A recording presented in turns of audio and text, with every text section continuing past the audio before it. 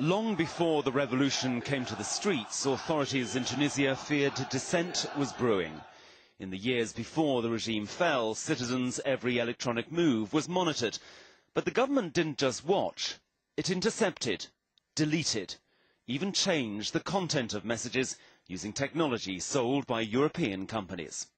It was not about the person, but about the contents, about the emails, about the articles, about the video. This email was sent to a Tunisian women's group. It arrived as a horoscope. Here's the original of another message about the abuse of journalists. In Tunisia, it became spam mail.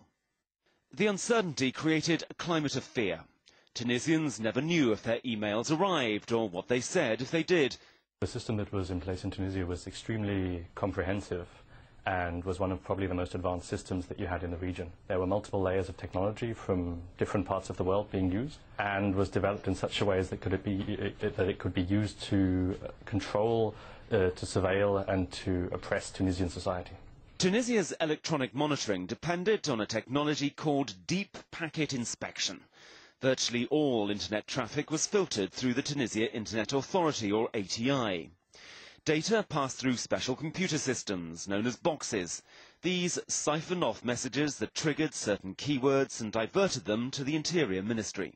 Once an email is blocked, they were able to read why is it blocked and to decide whether it should be rerouted to the network or should be deleted. Or changed.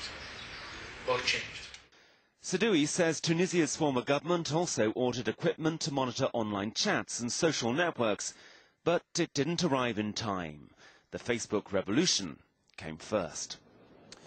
For more, we're joined by the investigative journalist who reported the story, Bloomberg's Vernon. Vernon, how can emails get changed en route?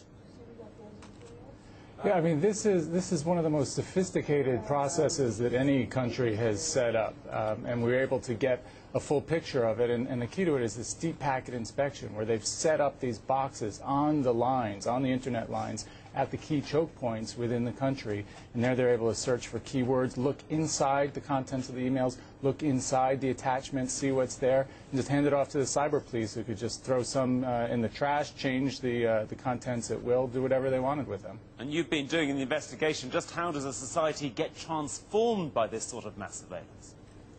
I mean, this is the interesting thing. We've looked at countries across the Middle East and North Africa. And in the case of Tunisia, I mean, when we're not talking about a sort of Syria or Iran situation, we're talking about something more subtle and more pervasive in a way, where people across all types of society within the country just didn't know what was happening to their communication. These were businesses that were being disrupted when they didn't know if an important message had gotten through to a client, or if the request for goods that they were selling didn't come through.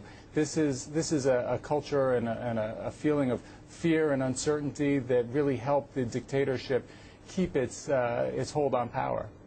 What does Tunisia's lesson tell us about what's in store maybe for the rest of the world?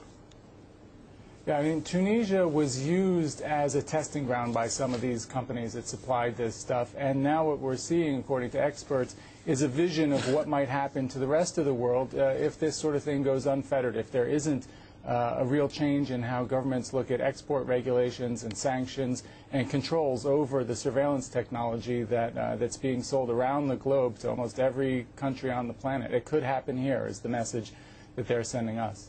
Vernon in Rome, thank you.